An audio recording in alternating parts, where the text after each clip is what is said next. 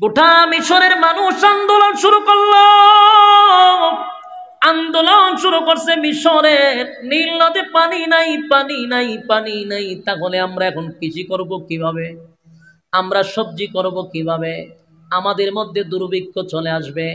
তৎকালীন সময়ের গভর্নর আমর ইবনুল আস রাদিয়াল্লাহু তাআলা আনহু, তখন উনি ছিলেন।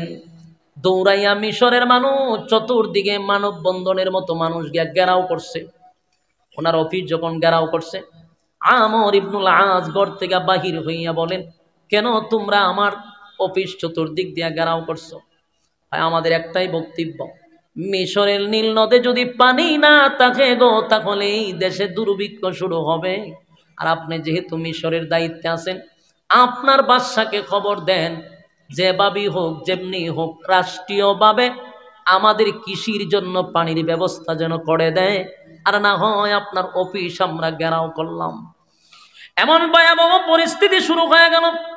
আমর ইবনুল আস চিন্তা করলো, ঘটনা তো ভিন্ন দিকে মোড় দিবে, কারণ নদীতে পানি নাই। এটা রাষ্ট্রে কি করবে? বৃষ্টি দিলে পানি তো।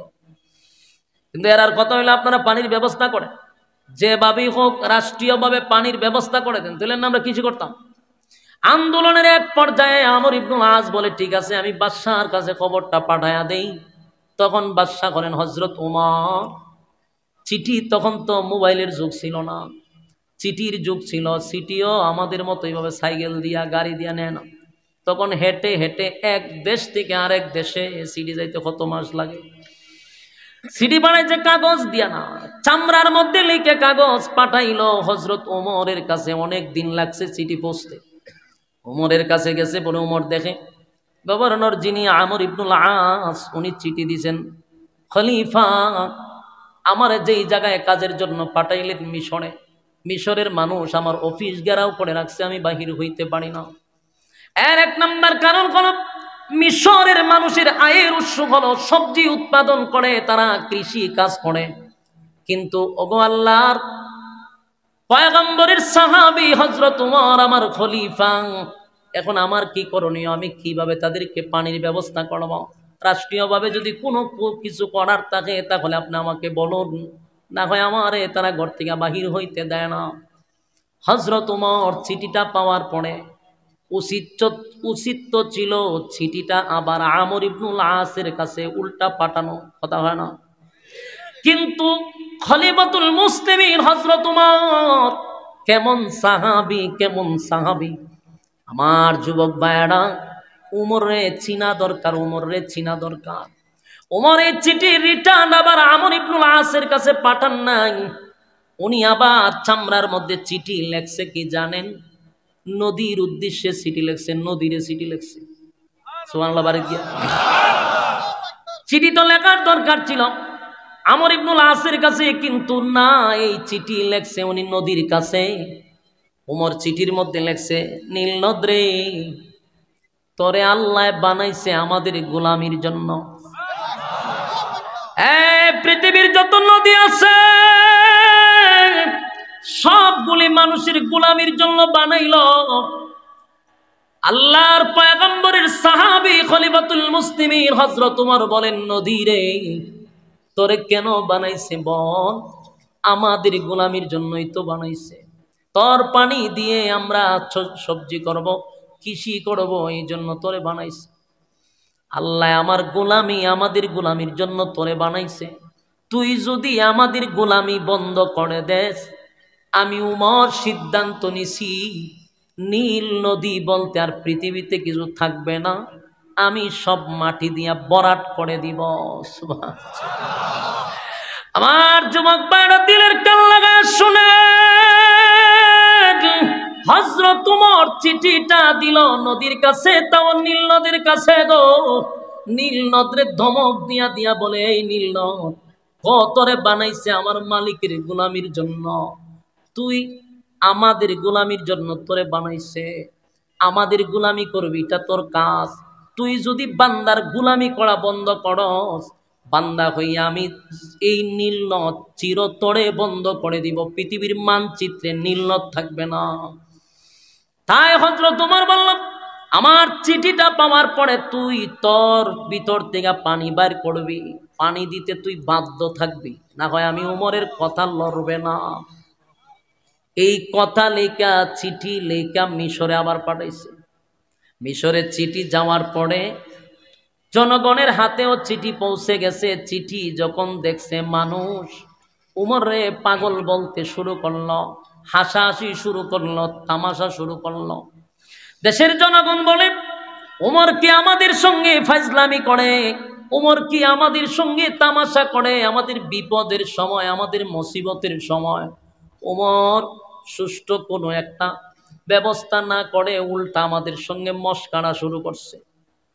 বলুন স্বাভাবিক এই চিঠি দেখলে আমরাও বলতাম যে আমাদের সঙ্গে মস্কারা চলতেছে, ঠিক নেই? যেমন আমাদের বাংলাদেশের যখন বেগুনের দাম বেড়ে গেছে তখন আমাদের প্রধানমন্ত্রী আমরা সাথে মস্কারা করছে। হয় আমরা বলে চাল কুমড়া দিয়া মিষ্টি কুমড়া দিয়ে বেগুনি খাইতাম। চাউলের দাম বেড়ে গেছে আমরা হয় আলু খান, আমরা হয় মিষ্টি কুমড়া দিয়ে বেগুনি খান। এগুলা জাতির সঙ্গে বহু তামাশার ফাজলামি কিন্তু আম্মাজান করছে রে, আম্মাজান করছে। কিন্তু হযরত উমর তো আর আধা পাগল না। উমর এমন একজন ব্যক্তি যার মেজাজ আল্লাহ পছন্দ করে।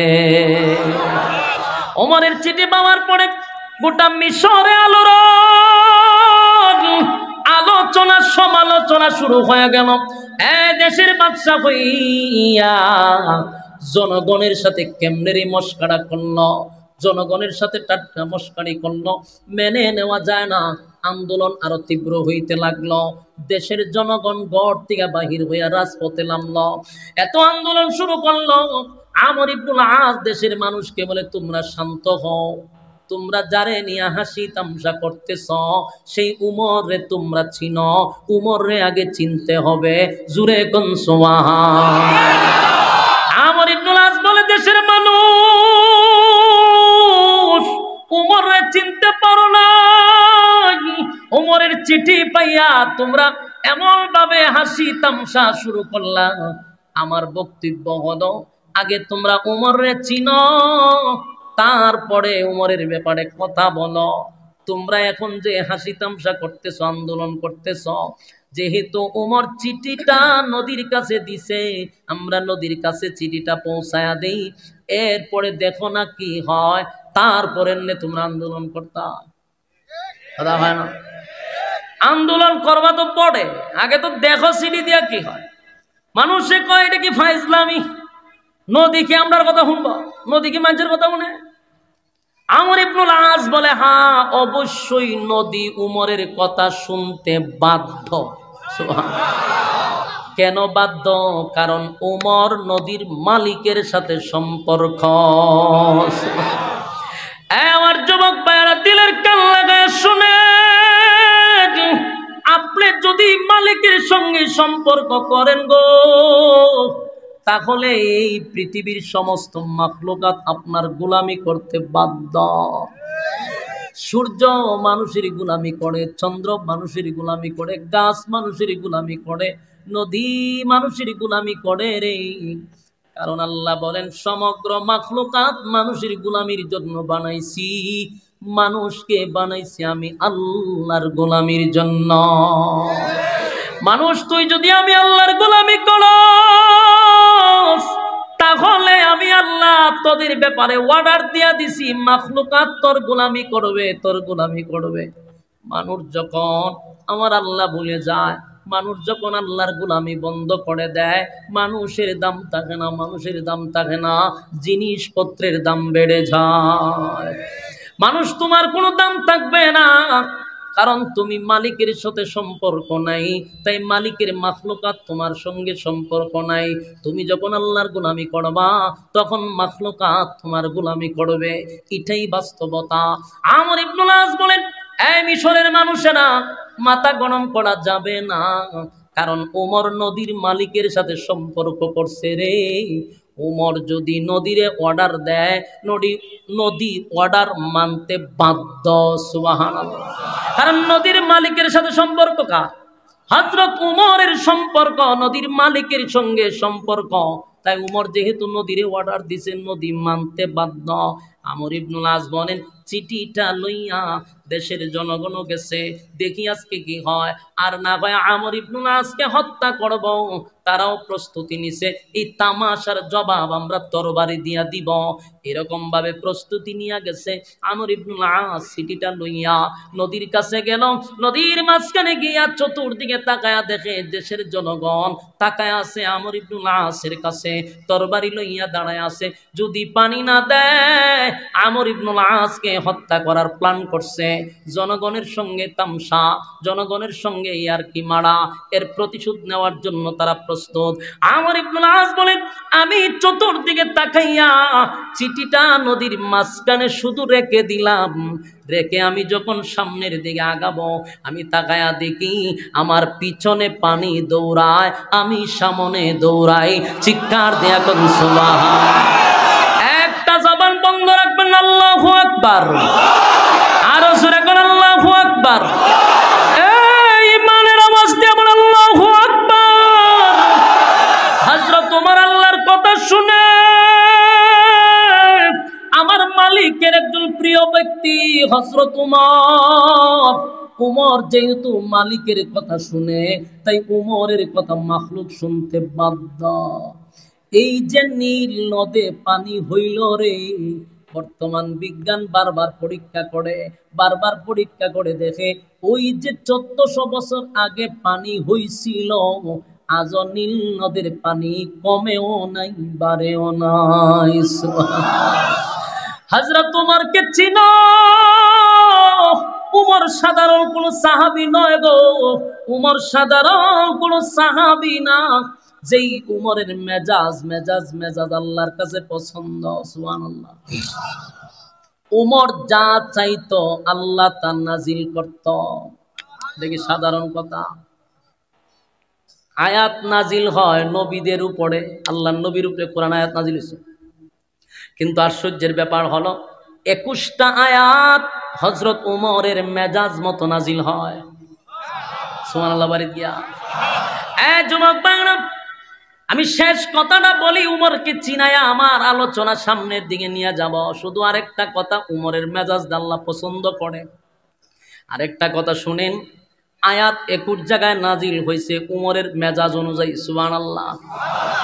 আল্লাহর পয়গম্বর যে সিদ্ধান্ত নিত, উমর যদি বলতো হুজুর এই সিদ্ধান্তটা আমার কষ্ট হয়, আসমানের দিকে উমর তাকায়া থাকতো, উমরের সিদ্ধান্ত অনুযায়ী আয়াত নাজিল করে দিত। আল্লাহর হাবিব কিবরিয়া, মক্কার সবচেয়ে বড়, মদিনার সবচেয়ে বড় টাটকা শয়তানের জানাজা পড়াইতে নবী গেছে। মুনাফিক, সবচেয়ে বড় মুনাফিকের জানাজার নামাজে নবী উপস্থিত হয়েছে। তামাম মদিনার অলিতে গলিতে, শহরে বন্দরে, সব জায়গায় খবর পৌঁছে গেছে। তোমরা শুনছ মদিনার সবচেয়ে বড় মুনাফিকের জানাজা নবী পড়াবে। এটা কেমনে রে মদিনার মানুষ মাইনা নিবে? কেউ মেনে নিতে পারলো না, কিন্তু নবী পড়াবে, এই জন্য বাধ্য হইয়া জানাজার মাঠে সবাই গেছে। উমরের কানেও গেছে, সবচেয়ে বড় মুনাফিকের জানাজা নবী পড়াবে। উমর তরবারি লইয়া গেছে, নবীরে নিষেধ করবে যে জানাজা পড়ায়েন না। নবীজির কাছে গেল। হযরত উমর পয়গম্বরের কাছে যাওয়ার পরে উমরের স্মরণ হয়ে গেল, আমি তো নবীরে নিষেধ করার কেউ না, আদেশ করারও কেউ না। আমি নবীরে আদেশও করতে পারি না, নবীরে নিষেধও করতে পারি না। আমার নবীরে আদেশ করলে আমার আল্লাহ করবে, নিষেধ করলে আল্লাহ করবে। তাই উমর সামনে গিয়া ব্রেক করলেন আর আগাইলেন না, বেয়াদবি হয়ে যাবে। কিন্তু উমরের ভিতরে বড় জ্বালা, যে লোকটার জানাজা নবী পড়ানোর জন্য প্রস্তুতি নিছে, লোকটা ভালো না। দেখতে ছিল বড় একজন ফিসাব, নবীর পিছনে নামাজ পড়ত, মাথায় ফাগরি, লম্বা ফাগরি, দাড়িও লম্বা, আবার ফকেটে মেসওয়াক। দেখলে বোঝা যায় জান্নাতের দরজাগুলো খালি বাইরে আইছে। কিন্তু হে যে শয়তানের খারাজিল, কি আপনারে কে বুঝাইতো?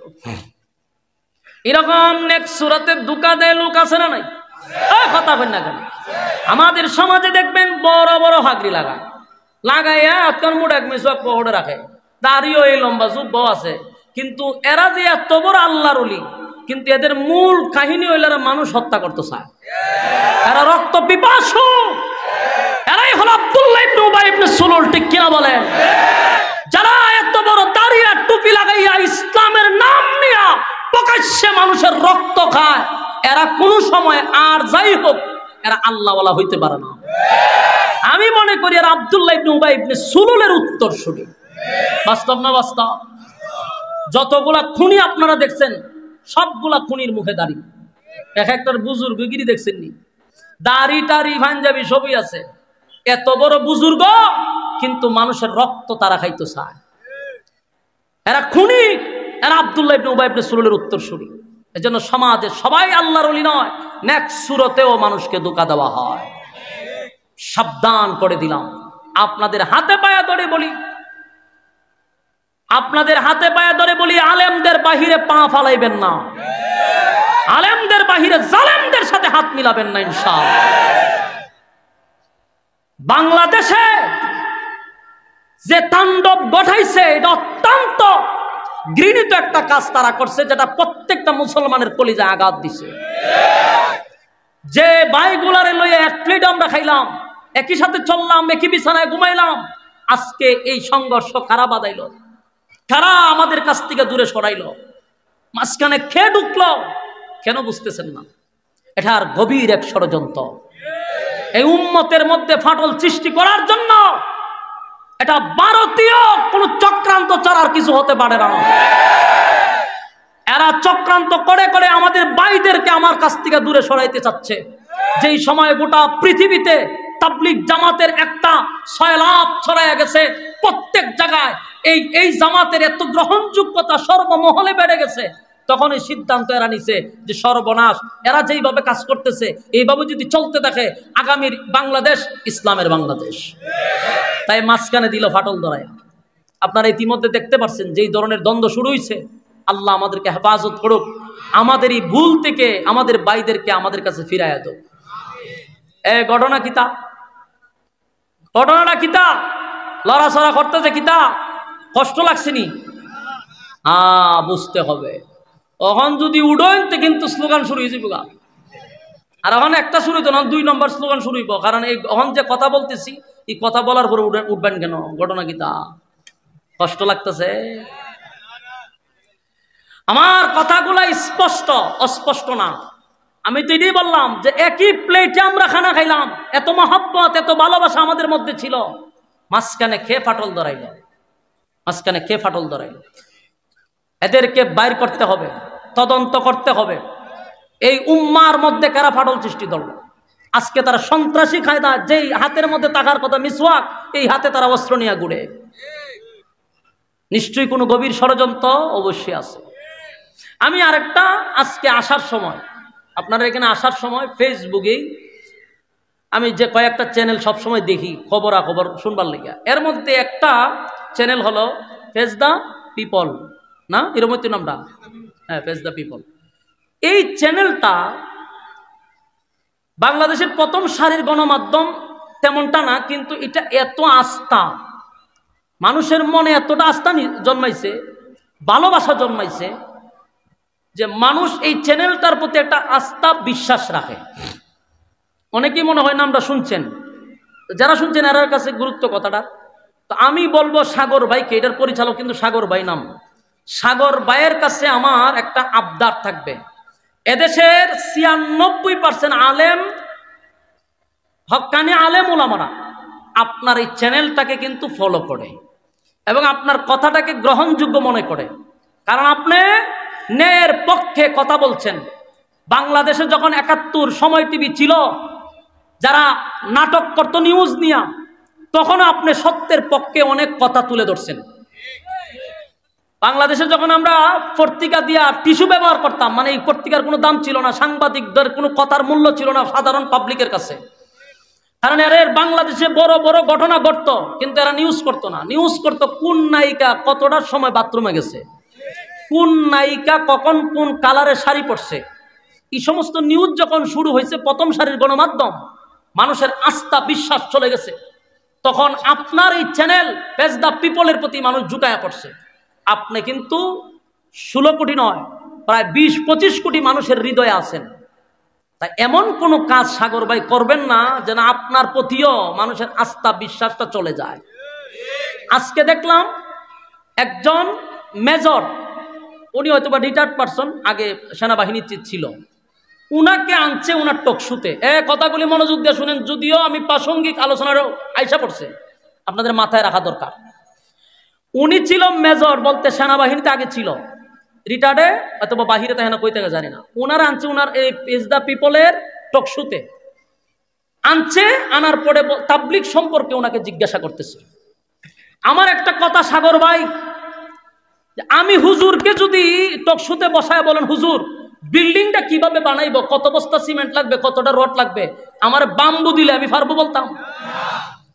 আমারও যদি কেউ টকশুতে বসায় হুজুর বিল্ডিংটা করতে কয়টা রড লাগবে, কয়টা সিমেন্ট লাগবে, তো এটা হাম্মো কিনা, বোকামি না, মাতলামি না, ফাজলামি না, হতাকা না? আমি যেই ব্যাপারে আমার জ্ঞান নাই, ধারণা নাই, সেটা আমাকে জিজ্ঞাসা করা একটা ফাজলামি ছাড়ার কিছু না। আপনি মেজর সাহেবকে আপনি বসাইছেন, এই ফজলুর রহমান না কি জানেন, আমরা আমার স্মরণ আসতেছে না, ফজলুর রহমান, উনারা আপনি টকশুতে বসাইছেন, আপনি দেশ নিয়ে কথা বলেন, বর্তমান পরিস্থিতি নিয়ে ওনার সাথে জিজ্ঞাসা করেন, কারণ উনি একজন সেনাবাহিনী ছিল, দেশের ব্যাপারে ওনাকে কথা বলেন, দেশপ্রেমিক উনি, আমি জানি। কিন্তু ওনাকে আপনি জিজ্ঞাসা তাবলিগের ব্যাপারে, এটা হাস্যকর, এটা ফাইজলামি, এটা ইত্রামি ছাড়ার কিছু না। সাগর ভাইকে স্পষ্ট বক্তব্য দিতে চাই, আপনাকে আমরা কলিজা দিয়ে ভালোবাসি। বাংলাদেশে কয়েকজন সাংবাদিকরা আমরা গণায় ধরি, এর মধ্যে সাংবাদিক ইলিয়াস, পিনাকি ভট্টাচার্য আর সাগরকে আমরা মহব্বত করি। আপনাদের নিউজ দেখার জন্য আমরা অপেক্ষায় থাকি, কিন্তু আপনারা যদি জাতির সাথে ফাইজলামি আর ইত্রামি করেন, এদেশের মানুষ কিন্তু টিস্যুর মতো ফালাইতে সময় লাগবে না। আপনি একজন আলেমকে যদি জিজ্ঞাসা করেন যে রাস্তা কিভাবে বানায়, এটা যেমন ফাজলামি। একজন জেনারেল, উনি রিটায়ার্ড পারসন, হযরত উমর গড় গিয়া একার দাঁড়ালো, একটা তরবারি লইছে, লইয়া দুটোটা সামনে হারিয়েছে, হারিয়া কয় তুই নিজের দাবি করস মুসলমান, আমার নবী বিচার করে দিল, রায় দিল ইহুদিরে, তুই তোর পছন্দ হইছে না, আমার কাছে আইছ বিচারের সমাধান দিবার লাগে, তা আমার বিচারের রায় কি জানোস নাই? একবারে তরবারিটা লইয়া কথা কইবার আগে একটা সেদ মারছে, এক সেদের কল্লা মাথাটা 10 হাত দূরে পড়ছে। যদি তার ইমানি জজবা ভিতরে থাকে, জজবা যদি থাকে, তাহলে কোরআনের শব্দ শোনার পরে সে আর থাকতে পারবে না, অটোমেটিকলি গর্তের থেকে বাইরে আসবে। কিন্তু যদি জজবা না থাকে, যতই এর খানের মধ্যে কোরআন তেলাওয়াত করেন, খামার দোকানের মতো তেলাওয়াত করতেছে না, বাইরেতেছে। তো 1 নম্বর হলো জজবা থাকতে হবে। আমি এক্সাম্পল প্রায় সময় একটা বিষয় নিয়ে দিই সহজে বোঝার জন্য, যে সাপুরিয়ারা যখন সাপ ধরার লেগে বাঁশি বাজায়, এরা জিগাইবেন যে বাঁশিটা বাজাস কেরে, তখন কয় যেটা বাজাইলে পরে গর্তে কোনো বিষাক্ত সাপ থাকে না, এটা সুর শুনলে মাথা লইয়া যায়, তখন গর্তের থেকে বাইরে আসে, এই জন্য বাঁশি বাজাইতে থাকে। তা আপনাদের এই গাজীপুরা মনে করেন সাপুরিয়া আসছে, আইসা গর্তের কাছেই বৈশা বাঁশি বাজাইতেছে, জনমের বাঁশি বাজাইছে, এক পর্যায়ে বেচারা ক্লান্ত হইছে, কিন্তু সাপ তো আর বাহির হয় না। ঘটনা ঘিরে সাপ বাহির হয় না কেটে, রাগের ছুটে কুদাল একটা লইছে, লইয়া গর্ত খনন করছে, কইরা ভিতরে গিয়া দেখে 2টা আছে, কিন্তু চুপ কইরা বই রয়েছে, লড়েও না। তখন সাপুরিয়া বাইরে আয়া কয় কিয়ামত পর্যন্ত যদি বাঁশি বাজায় এই 2 সাপ বাইর করা সম্ভব না। মানুষের জিজ্ঞাসা ঘটনা কি, তা বলে ঘটনা হইলো একটা দুরা, একটা মাইটটা দুরা। যখন দুরার মাইটটা দুরারে যতই বিনবাজি বাসান, বিনবাজি যতই বাজান, বাইরিব কেড়ে বিষ নাই, আসলে কাজ করে না। এই জন্য শুনে ঠিক, লড়েও না। ঠিক কোরআনের আওয়াজ শুনলে মুমিন যারা ইমানের জজবা আছে, এরা এই ঘরের ভিতরে থাকতো না, পাগল পাগল হয়ে চলে আসবে। আবার কিছু মানুষ কোরআন শুনে লড়েও না, কোরআন শুনে ঠিক লড়েও না, দুরা সাপের মতো, মাইটটা দুরার মতো লড়েও না, কারণ শরীরে কাজ করে না। কথা না, কোরআনের আওয়াজ দিয়ে শুনে শরীরে কাজ করে না, সব শরীরের পার্টস যা আছে সব ধ্বংস করে দিছে। এই জন্য ইমানি জজবা শরীরে তৈরি করা দরকার। আমি মনে করি যারা আসছেন, অনেকে দাঁড়ায়ও রয়েছেন, আমি মনে করি আপনাদের ইমানের জজবা আছে, আল্লাহ আপনাদের জজবা আরো বাড়ায় দেখ। আমিন। রাস্তাঘাটে দোকানপাটে যারা আছে অনেকে আসতেছে, আল্লাহ তাদেরকে দিনের খাদেম, দিনের জন্য কবুল করো। আমিন। তবে আপনারা যারা বসছেন, প্রত্যেকটা মানুষের সাথে শয়তান আছে, আমার লগেও আছে। ওমা, বাস্তব না বাস্তব? আছে, আমার লগে আছে, বরং আপনার আমার সাথে বেশি আছে। হুজুরের সাথে একটু বেশি থাকে, কারণ এরা এক দুইজনে হুজুরে কাভার করতে পারে না। হে দিও বল, তুই ঠিক কর। আবার হাতে গনলে দেরা তুই বত জোরে জোরে করে আসতে। হ্যাঁ, হুজুরের সাথে শয়তান আছে নি? আপনার থেকে বেশি, 2-4টা বেশি আপনার পিছনে একটা লাগাই রাখে। কারণ হইল এক দুইজনে পারে না। আপনারা যেইভাবে সাইজ করতে পারে এইভাবে আমরা সাথে পারে না। তো শয়তান আছে। তো শয়তান যতগুলো আছে প্রত্যেকটা মানুষের সাথে। আপনারা যেখানে বসছেন, কোরআনের কথা শুনবেন, এটা কি তার ভালো লাগতেছে? শয়তান আমাদের প্রকাশ্য দুশমন। সে কোনো সময় চাইতো না যে আপনার আমল নামায় একটা নেকি ঢুকুক, কোনো সময় তার ভালো লাগতো না। আপনারা যেখানে বলছেন, শয়তান কিন্তু আপনার পাশে দাঁড়ানো আছে, আপনার সাথে যেটা থাকে এটা আশেপাশে আছে, কিন্তু আপনার এখান থেকে উঠাইতে পারলে সে হবে সাকসেস। আর যদি আপনি পয়সা মোনাজাত দিয়া যান, তাহলে হে ব্যর্থ হবে এবং নিজের কপালও নিজেই জুতা দাবাই রিবার করবে, পারলাম না। আমি আর না দিনের সাথে তাকিয়ে এই পরিমাণ লাড়াচাড়া করি, এরপর আজকে আমার জুতা দাবাই দিল। তো শয়তানের গালে জুতার বাড়ি দিতে কারা কারা রাজি? হ্যাঁ, আতলামায়ের না, হাত তুলেন। আটটা তুললে একটা ওয়াদা করেন, বলে আমরা মোনাজাত পর্যন্ত আসি ইনশাআল্লাহ। বলুন কতক্ষণ? মোনাজাত পর্যন্ত থাকবো ইনশাআল্লাহ। ওয়াদা। জায়গা মতো সাইজ করে লেছে আপনারা। কেমনে জানেননি? ওয়াদা বরখেলাপ করা মুনাফিকের খাসলত। যে উঠব স্লোগান দেওয়া শুরু করবেন যে মুনাফিক যায়, মুনাফিক যায়, থাকবো নি ইজ্জত, ইজ্জত সম্মান লেগে উঠতেন না। আমিও কম না, একটা ডাইরেক্ট মিছিল শুরু করে দিব, যাই দেখ যাই দেখ মুনাফিক যায়।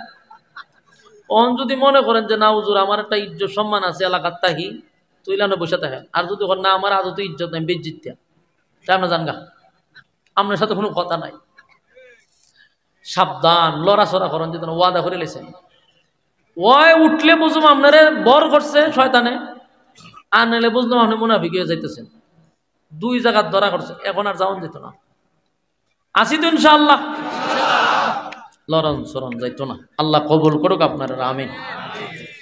সম্মানিত সুধী, আমি আপনাদের সামনে সূরা নিসা এর 65 নম্বর আয়াত তেলাওয়াত করছি।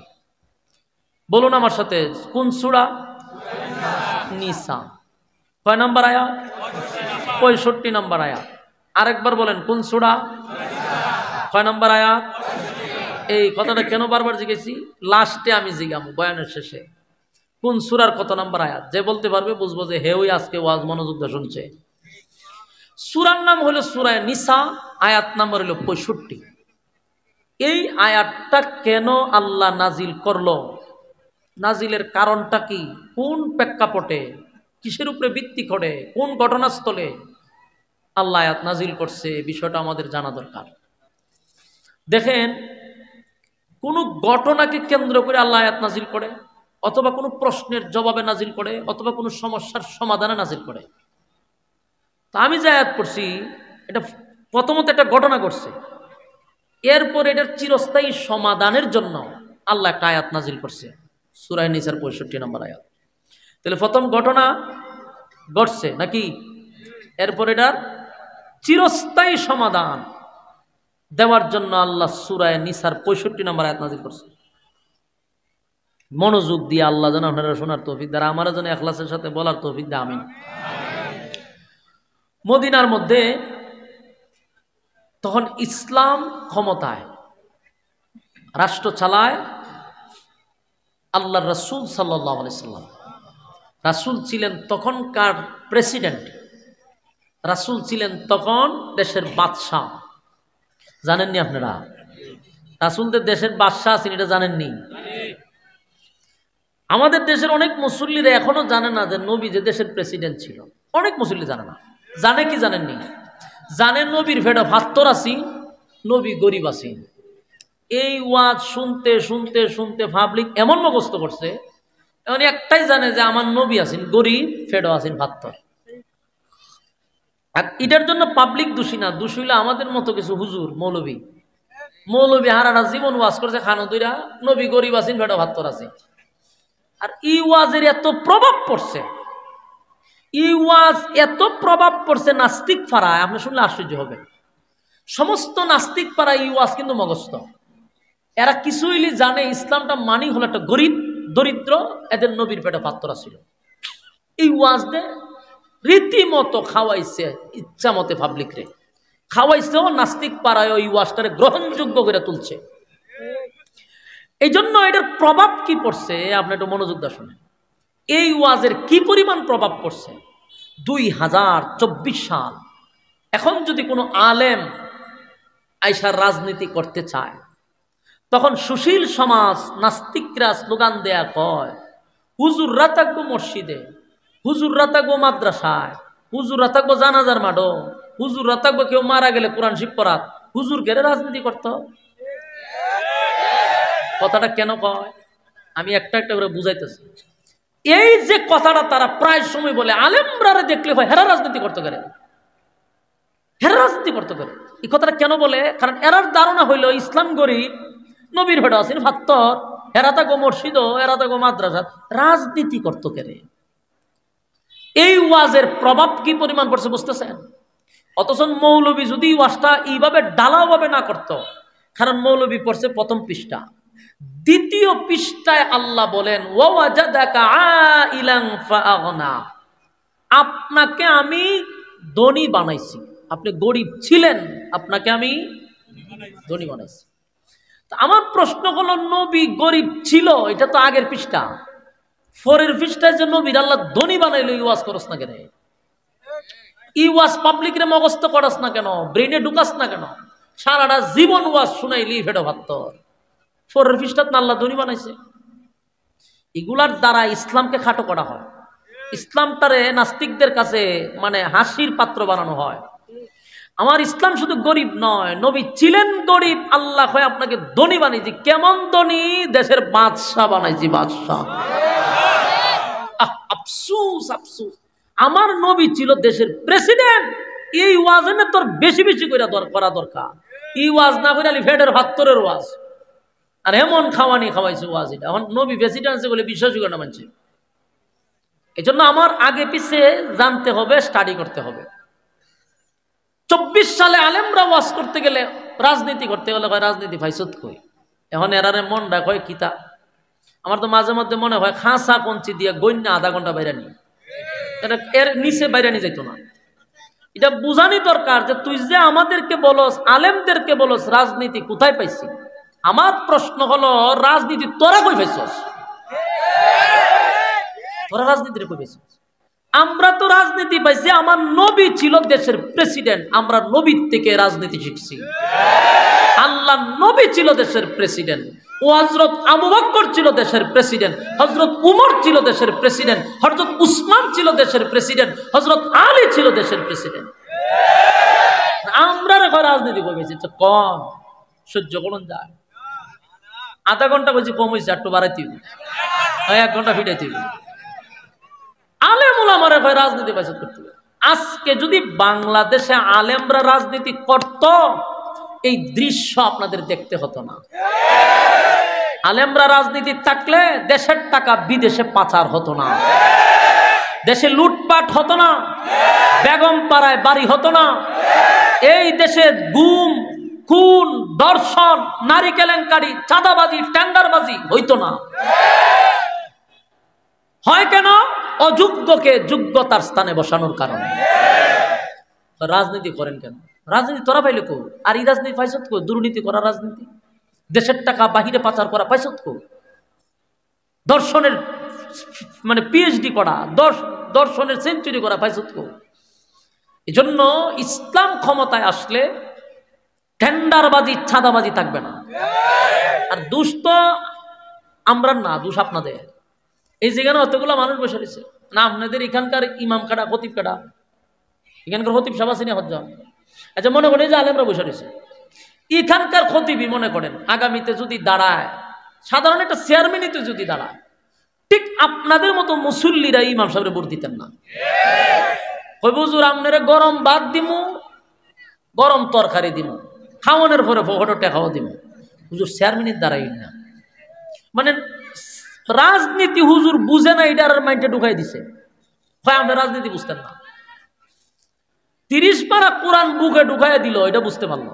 30 পারা কোরআনের ব্যাখ্যা আলেমরা করতে পারে, লক্ষ মানুষের সামনে কথা বলতে পারে, আর হুজুর বুঝি 1.5 টাকার রাজনীতি বুঝে না।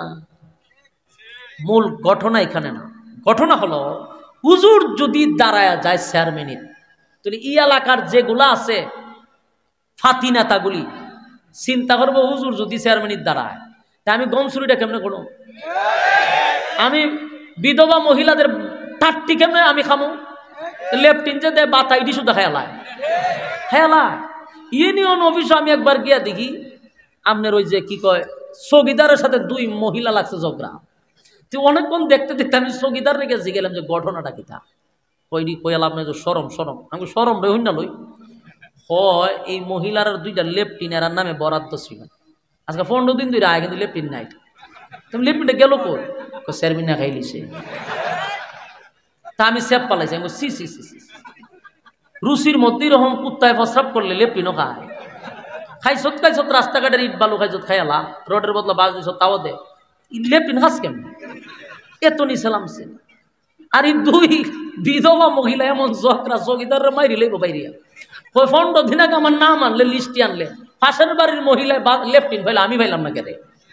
উনি মহিলারও তার চৌকিদারে কইতা না খাইলিছে, আমার কাছে কইছে কৌজোর খাইলিছে, ওই বেটির খাইছে 2টা, আর গ্রামের খাইছে আরো 2টা, ওইভাবে আর 10টা এরা খায় প্রত্যেক বছরই।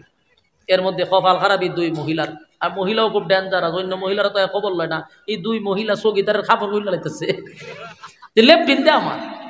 যে কোন তো ইউনিয়ন অফিসে যদি একজন আলেম দাঁড়াইতো, এই মহিলা লেফটিন ঝগড়া করতো?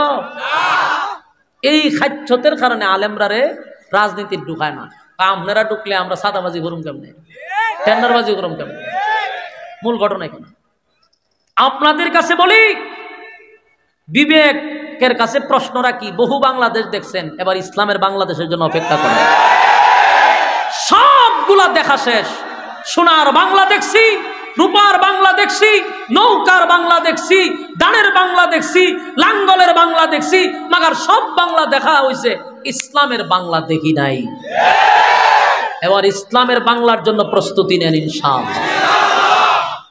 সম্মানিত সুধী, তো আমার রাসূল ছিল দেশের প্রেসিডেন্ট, এটা আপনাদের মগজে ঢুকাই দেন, এটা যেন সারা জীবন মাথায় থাকে। রাসূল দেশের প্রেসিডেন্ট ছিল, খালি ফেটে ভাত্তর ছিল না, দেশে প্রেসিডেন্ট ছিল, দেশ চালাইছে রাসূলে। তখনকার ঘটনা, এক ইহুদি ব্যক্তি আর এক নামদারি জুব্বাওয়ালা, দাড়িওয়ালা, পাঞ্জাবিওয়ালা মুসলমান, দেখতে মাশাআল্লাহ মক্কার ইমাম, কিন্তু শয়তানের পুরা হারাজিল কি এরকম একটা লেবাসদারি লোক। হে আয়া কইতাছে 2 ব্যক্তি, ইহুদি আর নামদারি মুসলমান ব্যক্তিটা, 2 জনেই এমন ঝগড়া লাগছে একটা পণ্য নিয়া, বোতল লই মনে করেন, একজনে টানে এটা আমার, হে কয়টা দূর আমার, আমার আমার কইলে কি দরবার শেষ হইব নি? তো সকালবেলা একজনে বাজারে যায় আর দেখছে 2 জনে খুব ঝগড়া করে। বিকাল আয়া কইল, ভাই সারাদিন ঝগড়া করলেন, বিচার তো শেষ হইল না, তা আপনারা একটা কাজ করেন, মাল একটা দাবি হইল 2 জনের, এটা শেষ হইতো না মরার আগেও, আপনারা একজন বিচারকের শরণাপন্ন হন, বিচারকে যে রায় দিব এটা মান্যা বাড়ির যান। 2 বলো দেখো কথা তো ঠিক, সারাটা দিন ঝগড়া করলাম, কেউ উত্তর নিতে পারলাম না, বিচার তো করা দরকার। ইহুদি ব্যক্তি এটা কইল যে বাইরে বিচার যে করতি, বিচারক কে? মুসলমান ব্যক্তির দায়িত্ব দিছে, তুই ক কোন বিচারকের মাধ্যমে বিচার করাইবি। এ চিন্তা করছে, আমি যেহেতু মুসলমান, বিচারটা যদি নবীর কাছে লইয়া যায় তো রায় তো আমি পাবো। হয় ঠিক আছে চল, আমরা নবীর কাছে বিচার লইয়া যাবো। ইহুদি রাজি। 2 জন রাসূলের সামনে গিয়ে, হুজুর সকাল থেকে বিকাল ঝগড়া হয়েছে, এখন সমাধান হয়েছে। কি সমাধান? মাল এটা আমার, কিন্তু ইয়াহুদি কয়টা হের। ইয়াহুদি কয় না হুজুর এটা আসলে আমার, হে কয়টা হের। রাসূল কয় বুঝতে পারছো, এটা তো আর এইভাবে হইতো না, এটার একটা সুষ্ঠু তদন্ত নেওয়া দরকার। তদন্তের মাধ্যমে জানতে পারবো আসলে মালটা কার। এটা তার সাধারণ বিচার করলে হইতো না। বাংলাদেশের 16 বছরে যে বিচার হয়েছে বিচার করলে চলবো? সেপ দিয়া কোনো সময় লেপ দিয়া লাগলে চলবো নি? এটা তো তদন্ত করা দরকার। রাসূল এটার তদন্ত করতেছে। সুষ্ঠু তদন্তের মাধ্যমে বাইরে আইছে মালটা আসলে ইয়াহুদি ব্যক্তির, এটা মুসলমানের না। তখন মুসলমান ব্যক্তিরা কইলে করে গায়ের জোর দেখায় লাভ নাই। তদন্তের মাধ্যমে বাইরে আইছে মাল এটা ইয়াহুদির, তুই কেন মাঝখানতে ঝগড়া করস? মাল এটা হেরে দিয়ে রায় দিছে, ইয়াহুদিরে রায় দিয়ে দিছে। ইয়াহুদি এই ফুলা ফান্ডিরে দৌড়ে দেন স্যার, আনালে দৌড়ে লয়ে তো ঝগড়া লেগেছে। হ্যাঁ দৌড়ে না, দুন্ডারও দৌড়ে না আমাদের, কত বড় সুতান আবার এখান দেয় আমাদের দৌড়ে লয়ে ভরেন টাইম নাই স্টেজ যাতাযাতি লেগেছে।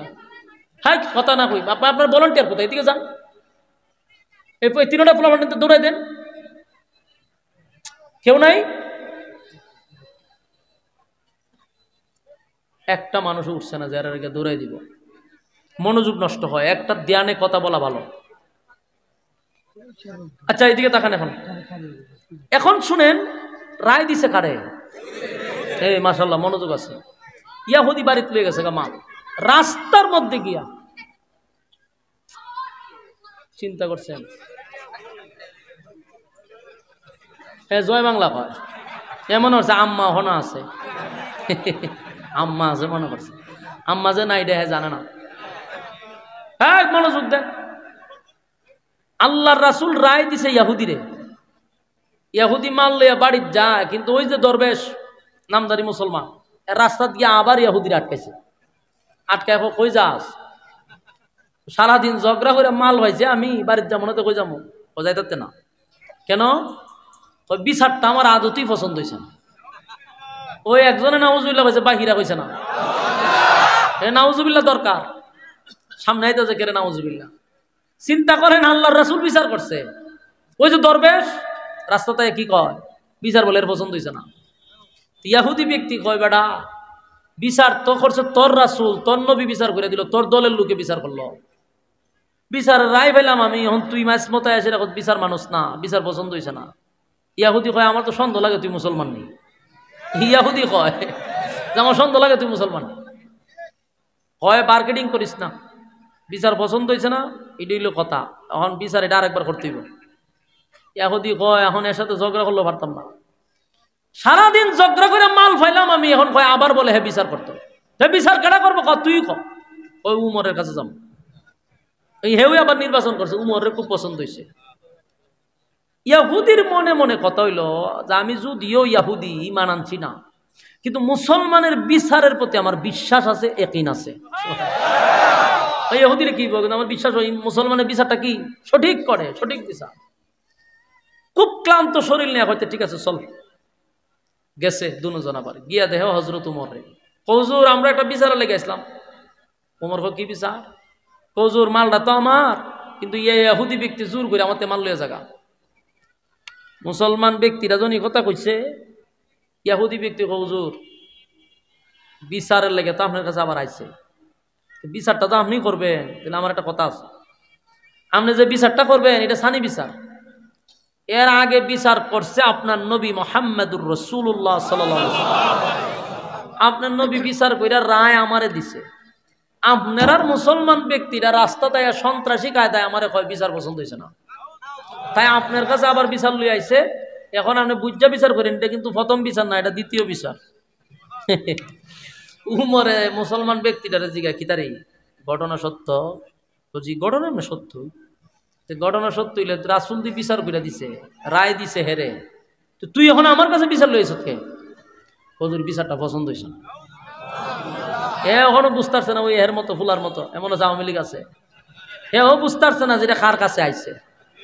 উমর যে কি জিনিস এটা এখনো বুঝতে পারছে না, নতুন একবারে নতুন ইমান আনছে, এই যে নতুন মুসলমান বুঝতে পারছে না উমর কি জিনিস। উমরের দ্বারা হয় নবীর বিচার পছন্দ হয়েছে না। উমরের শরীরের রক্ত গরম হয়ে গেছে, কালার চেঞ্জ হয়ে গেছে চেহারা। উমরে কয় আচ্ছা তা আমার কাছে কেন আইছ? আপনি বিচারটা করে দিলে আমার পছন্দ হইব। আমি বিচার করলে পছন্দ হইব? কজি ঠিক আছে, দাঁড়ায় থাক, লড়িস না। এটা হলো উমরের বিচার।